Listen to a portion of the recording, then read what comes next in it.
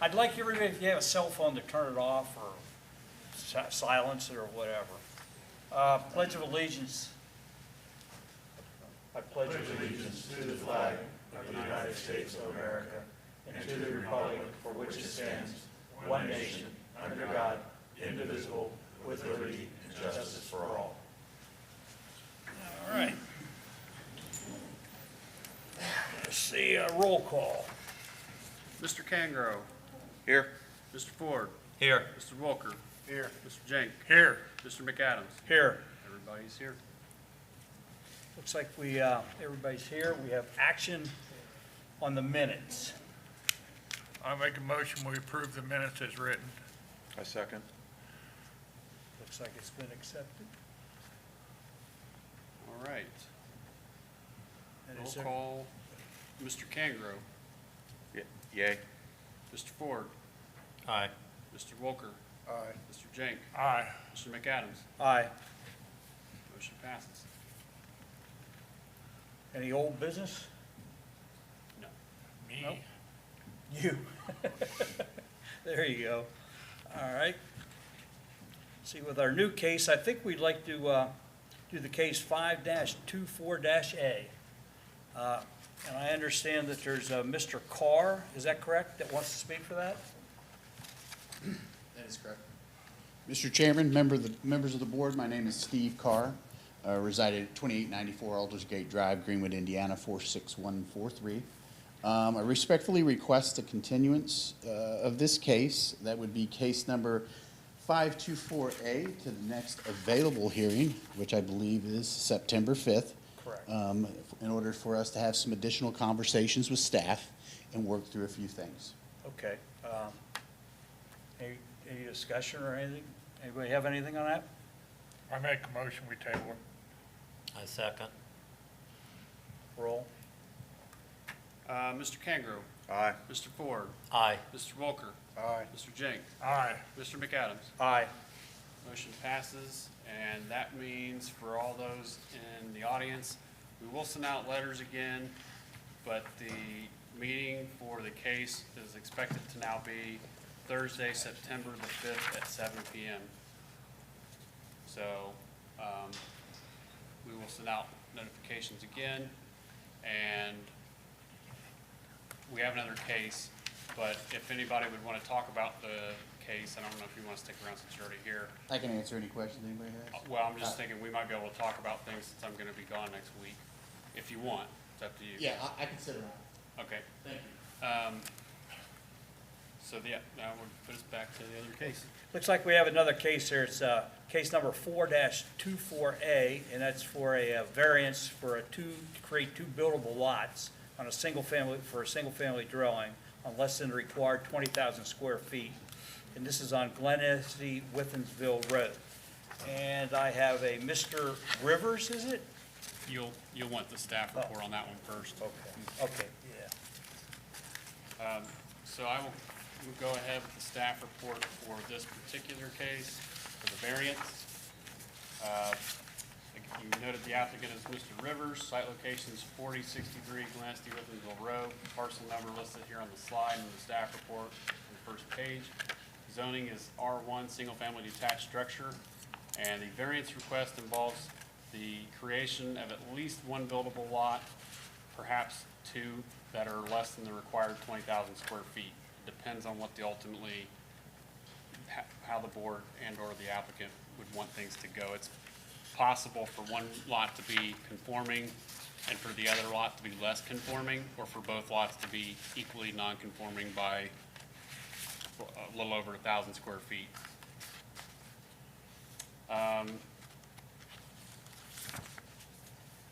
So this is the subject property, which is about 90 feet north of the Glen Estee, Withensville Road and Loda Drive intersection on the west side of Glen Estee, Withensville.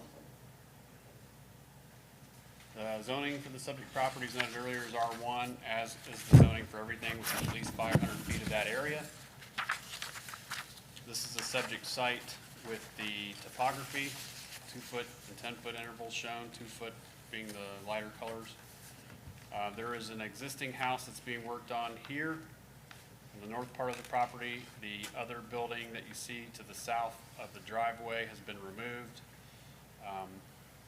This overlay shows approximately where the applicant would like to put the property line. However, he is amenable to drawing that line at a different location.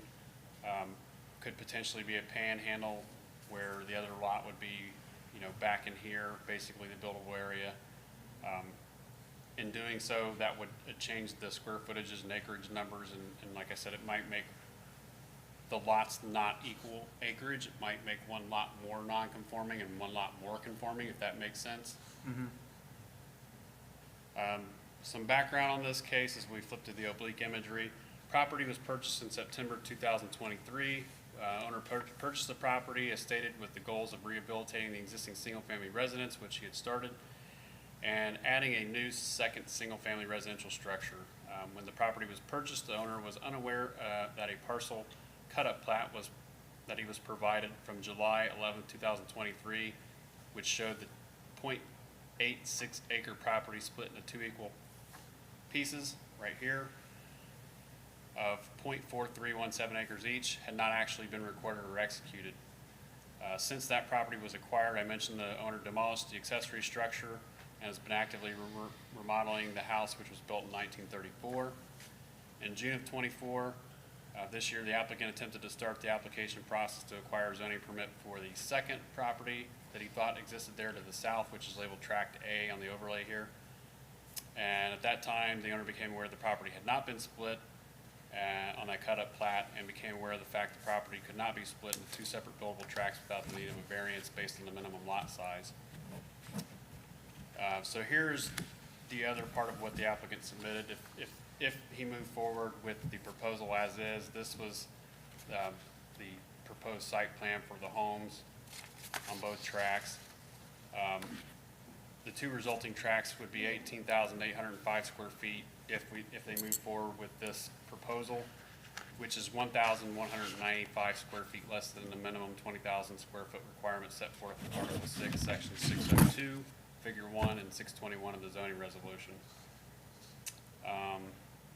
The proposed use to establish detached single-family dwelling unit on the lots or property is a permitted use within the R1 district, provided it is located on a conforming buildable tract or otherwise on tract, one or more tracts that have received the necessary variances.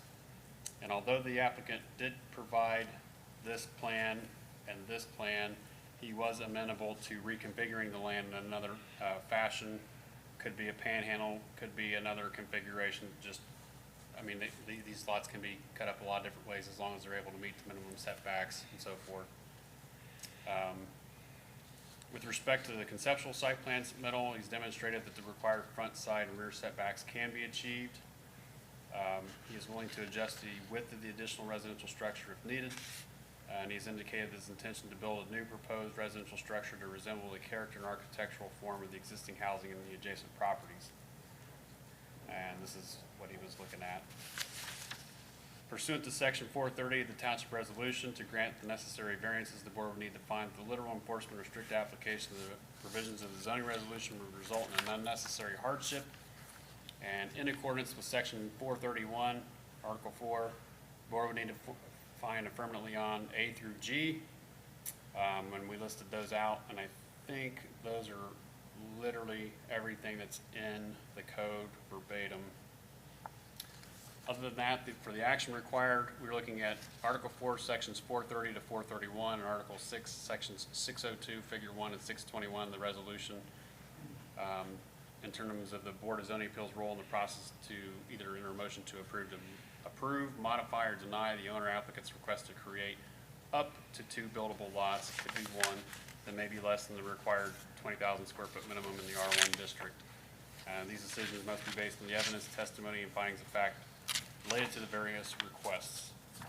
In terms of the remainder of the staff presentation, these are the pictures that we took a couple weeks ago. This is looking north from the existing driveway access on Glen Estee, Withamsville. Site would be on your left. This is looking south from the existing access towards Dora intersection. The site would be on the right. This is looking at the site from the existing access You can see the house being worked on there. To the left of the driveway would be the proposed additional building area. This is looking east from the driveway area across the street. This is looking west, kind of towards that proposed buildable area in the rear yard. And this is looking from northwest to north, left to right, see what's adjacent to the property. And that is all the pictures that I have. I know that we had one person come into the office that the staff talked to. I did not talk to the lady that came in.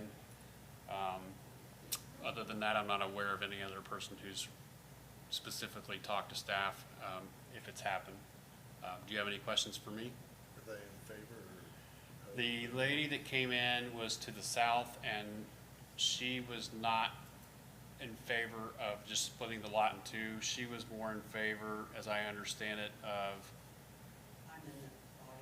yeah, of having maybe like a panhandle done where the house could be built back here, was my understanding. And she can elaborate, because I didn't know who it was, because I don't know if I was busy or occupied that day. It was a different gentleman at the desk. Okay. You want me to leave this slide up? Yeah, if you would. Okay. Well, with that said, is Mr. Rivers here to speak for it? I take it you're speaking for it? Yes. Okay, if you come up here, state your name and address. It's R&P Builders. This is Jason, my partner. We started LLC, I don't know what, 2014, I guess. No, here. Since then, we built like Oh, don't forget your name. Anthony address. Rivers. There you go. And since then, I don't know, we built over 20 around Union Township, tear downs and new, and Okay. bought that. It was Couple already of, just a couple of things. You gave us your name, your address, 4791 Teal Town Road, Milford, Ohio, There you go. 45150. okay, and one more thing. Yeah. Raise your right hand. The testimony you're about to give, do you swear it is the truth, the whole truth, and nothing but the truth? Yes. Thank you. There you You go. are free to go. There you And, go. Just seen it on the internet and bought it, and it was already surveyed, and we tried to buy the lot separate. The Caldwell banker said, no, you buy it all or none at all. So we bought it thinking it was already recorded in Batavia, et cetera, and it wasn't. And that's where I stand. We done, Well, how would you, my question to you would be, how would you reconfigure the house, or have you thought about that? You did make a note that you'd look at it that way, didn't you? I mean, would you reconfigure it? I could, yes. In what way? Just out Well, of it's my curiosity. understanding she would like a flag lot. So Maybe, if it was I a don't know. panhandle, you could shrink the house to She suggested that. I think I have a picture of this. Hold And, on. Yeah, Mr. McCormick there and stuff Yeah, here it is. kind of gave me a drawing, a flag lot, et cetera, and This is what I think our administrator went over at the front counter with the people. Corey did that. Yeah, so I don't know if I well, can. I'm kind of lost Would on the that. house have to be narrow Oh, in there order it to is. fit on a flag lot Oops. with the setbacks to map? No, I There can you still go. get, I can still get a 12,000 square foot, or 1,200 square foot house in their basement. With the garage. proper setbacks on a Yes. flag lot? Yeah, that's, Either way, it can go in there either way, the house I got. And he has the house plans, I believe. So if he did do that, would that meet all the requirements of the zoning? it's possible to do a flag lot and meet the requirements. Like I said earlier, it may make one of the lots more non-conforming than what is currently proposed, and one lot more conforming. So instead of having two non-conforming lots at the amount that I listed, one might be more, one could be conforming, for example, and one could be less conforming. So then Mr. Rivers would have to come back. Well, you can take, Could approve of you can approve it the way he's originally planned it, or you could suggest that this be done if you're more in favor of this, based on the testimony of what he has to present and what Yeah, see. anyone else in the audience has to present. So, but would they have to do something with the other parcel then? There would have to be a survey. Either way you go, they have to do a survey Right. to complete the But then would process. that house be conformed to the zone? It would have to be, the resulting tract would have to be able to meet the there'd have to be enough room for the track to have the setbacks met, right? Right. Otherwise, the minimum lot size, they would probably try to make it as big as they possibly could, and they would need to be able to have the setbacks that they need.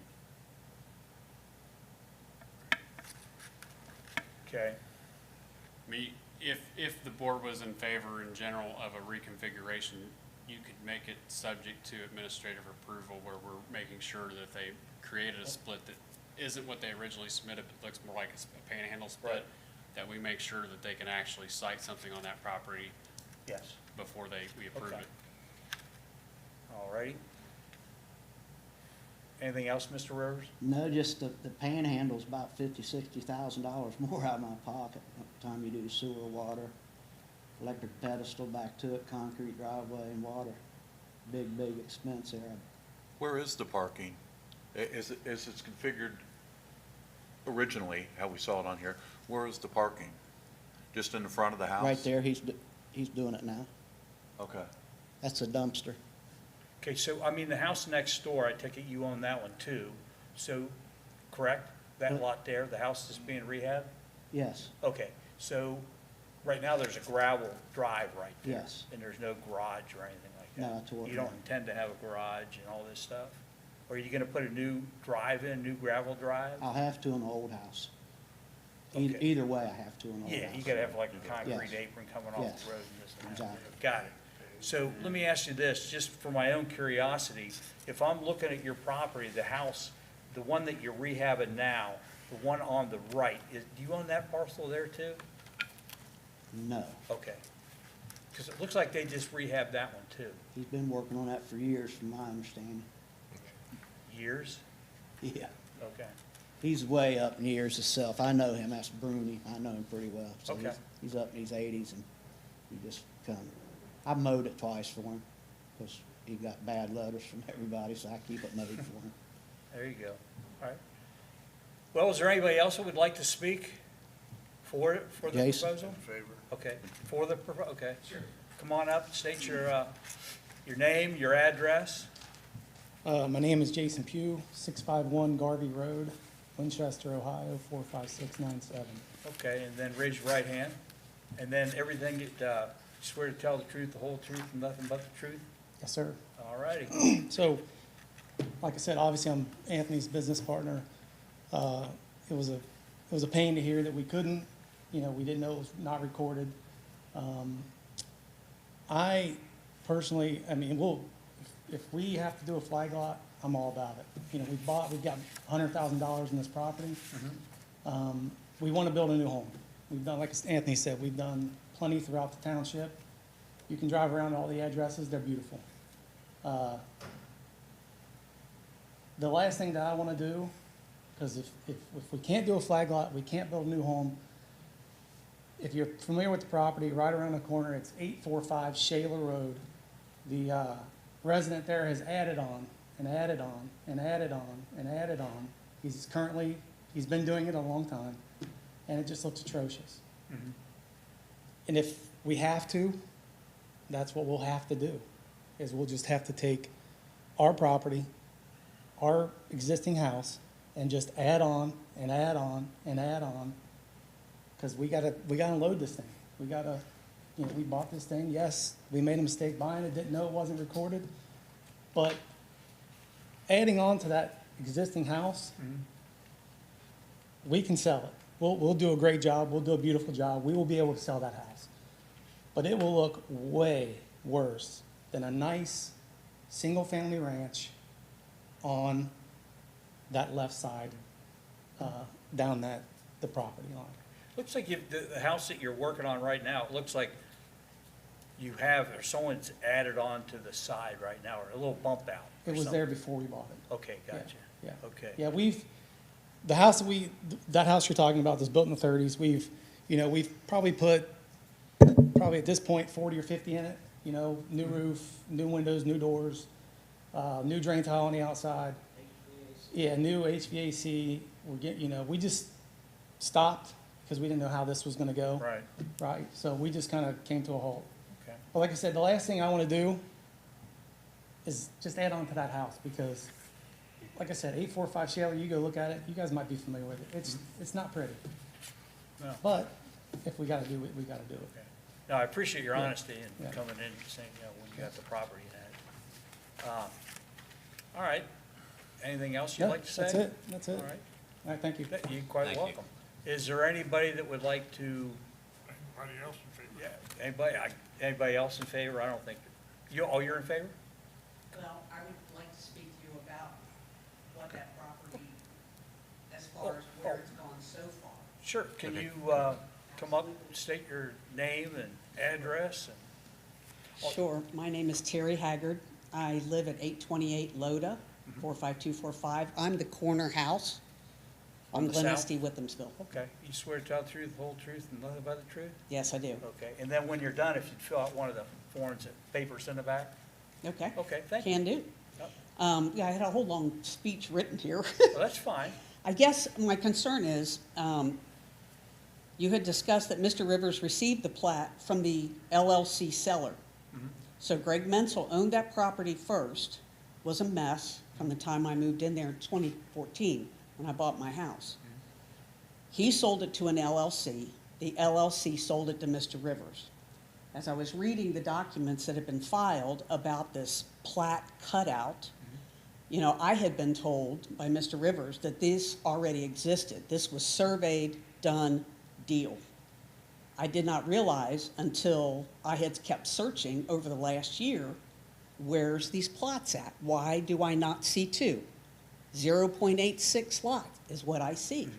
So when I came in and talked to the gentleman at the front desk about a month ago, and he explained to me that no, that had never been done, that Mr. Rivers had been handed this plat and had gone by that. And I think about that, and I looked at some of your statutes, Section 431D, and I look at that and I go, okay, wait a minute. This is due diligence. This is a lack of due diligence.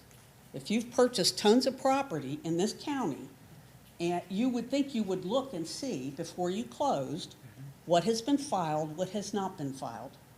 Any good real estate agent probably would have looked at that and said, you know, this is just what could be.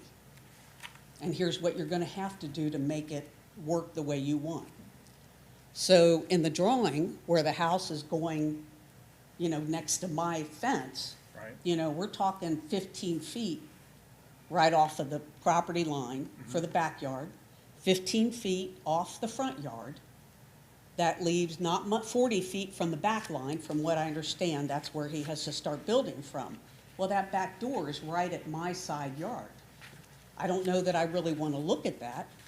I don't know that the buyer would be real excited about having 15-foot backyard and 15-foot front yard. So after looking at the plans and talking to the gentleman at the desk that day, I suggested maybe doing that L-shaped lot, knowing full well that, yes, you're going to have to run sewer, you're going to have to tap in, it's going to take some more bucks. But I don't know that that property sitting right at my back door is what I want to look at, much less two houses with no garages and cars parked, who knows, all over the place. So I'm not real happy with the plan that puts it, you know, right next to my property. I think that's going to hurt my property value in the long run. But I also think that putting it down behind the house, that always leaves problems with neighbors, with whoever buys the original house when it gets finished, to having whoever's back there. I would be happier to see that L-shaped lot to go back. I think traffic-wise, I think aesthetic-wise for Glen Estee, Withamsville, and for my backyard, it certainly looks better. But I'm the one that borders most of that property, other than the house on the right. Right. So, thanks for letting me speak. Yeah, not a problem. Thank you. I appreciate it. Is there anybody else that would like to speak for or again?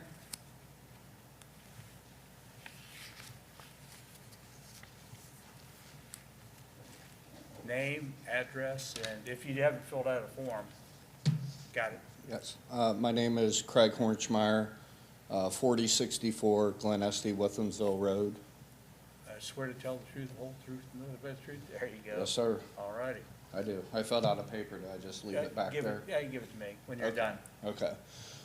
Yeah, so I live where he's showing, actually, I live in the new house, You which were is in- Can I interrupt you? Say you were in here not too, or someone was in here across the street. that's where I live, but I own both tracks. Okay, gotcha. So I built, like she was saying, when we purchased the property from the Mensels, we made sure that we could split it properly and build another home without a variance. So we did our due diligence to be able to do that. Gotcha. And yeah, I mean, I'm sorry to hear that they can't split it, but I think they should have done the same. If a variance was given, I think that I agree with the woman that just spoke. I think it would look a lot more aesthetic-wise better for the neighborhood and the street if a panhandle was built. But I would be concerned at the original house and, well, the dwelling, if they, number one, can get it so it would actually be livable, and that I'm not sure if the plan would be to sell it or rent it. But I would just be concerned with that house and the people that might buy it or rent it. So I guess that's all I have. That I never heard, like when Coldwell Banker was selling it, I think I remembered looking at the listing, and I don't think they ever said anything about it.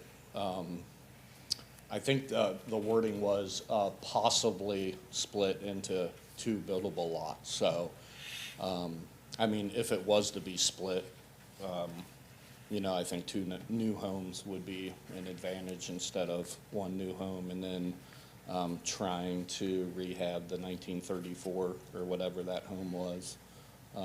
And then, like you said, the house just to the north of it has been being worked on for 3 years, and it's just been kind of sitting there empty. So really, those 2 lots, which I think have a lot of potential, has just been, you know, kind of dwelling there. So, yeah. Well, I think when you said the real estate listed as possible, words mean things. Possible doesn't mean it can. Correct. Or it can. Correct. It's, I mean, that's, to me, that's a red flag or a yellow flag, Correct.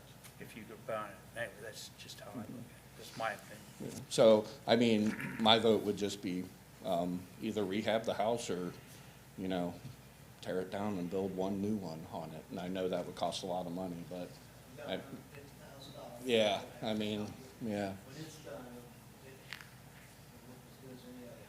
So, yeah. That's all I Alrighty. have. I appreciate it, thanks. Thank you. Is there anybody else who would like to speak? Well, with that said, open to the board here to have a discussion. I got a question that, if you did the L-shaped lot, that's one thing, or you just give them the variance for the way they got it. But if you didn't do it, and they had to come back as the gentleman was talking about adding on to the existing house, they would still have to come in and submit plans for approval, correct? If they were simply adding on to the house, yes, they would submit for a zoning permit. But if they were adding on to the existing house and they weren't trying to create a split, then there wouldn't be any other process involved unless they were adding so much onto the house that maybe it was an encroachment. Right. Okay. Yeah, they're not gonna ask for a variance. But then again, if you, and I understand, you know, the money that's already tied up, but if you did add on to the house, the cost of that house then would be, you could make more money on the house, or I don't know if you could recoup if you had 2 houses or whatever, but you had 1 big house versus 2 little ones. That, you know, I don't know who your architect is, or if you guys just, you know, putting it together, but it would seem to me if you added on to that house, you could make it into something bigger and, you know, nicer, maybe get the same kind of money out of it, if you had, versus 2 of them.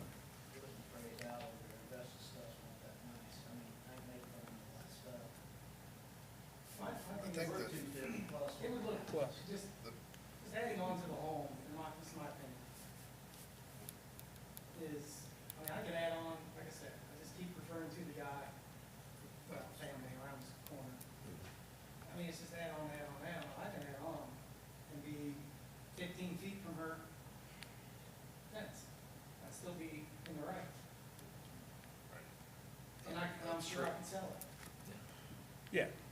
I think the question though, we gotta stick to the variance.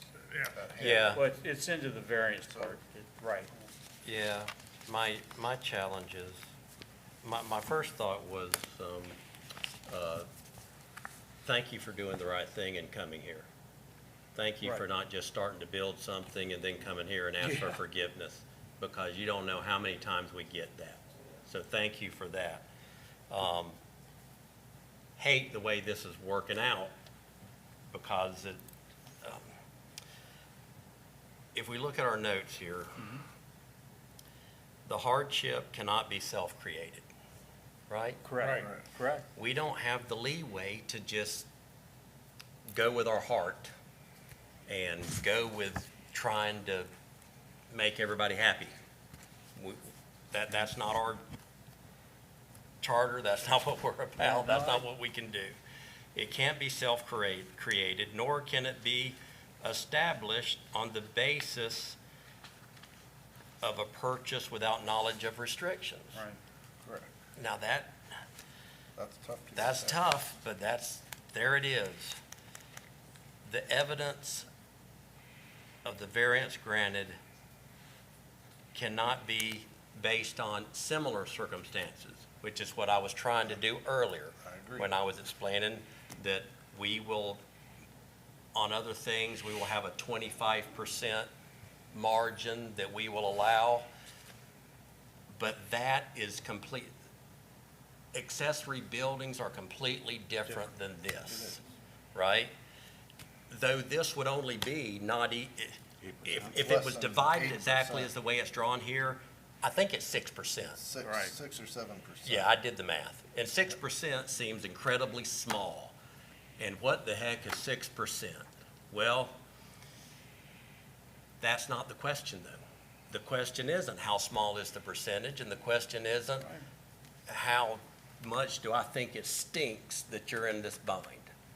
The question is there a demonstrated hardship created by the land, created by the configuration of the land, that is not self-imposed?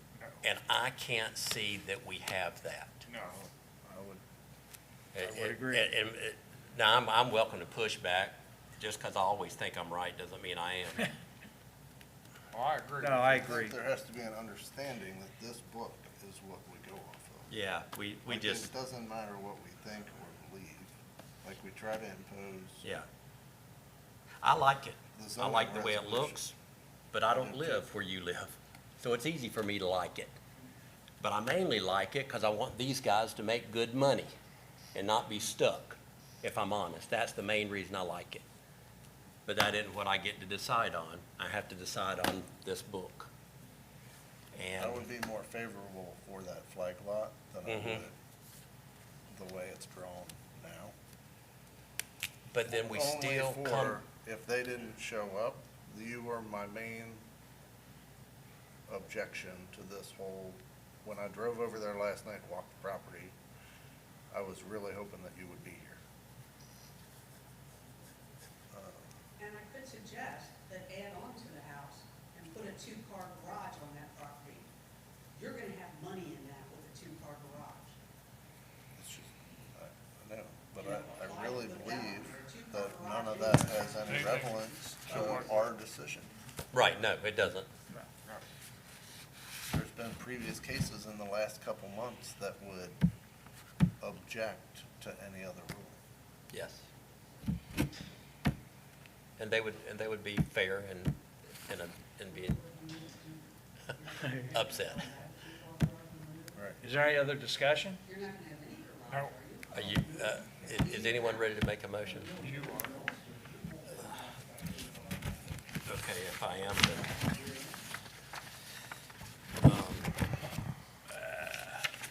Just a second, let me get myself together. I got these.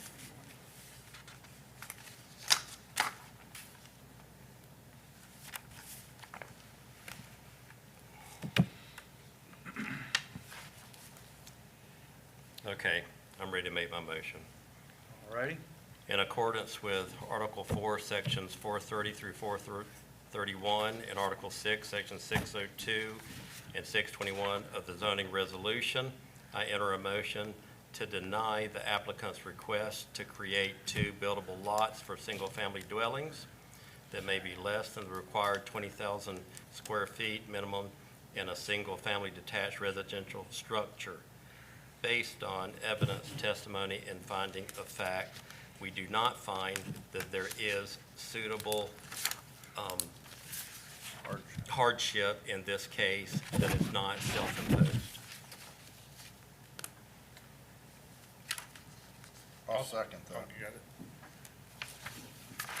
Roll call. Mr. Cangro, Yes. Mr. Ford, Aye. Mr. Wilker, Aye. Mr. Jenk, Aye. Mr. McAdams. Aye. Motion passes.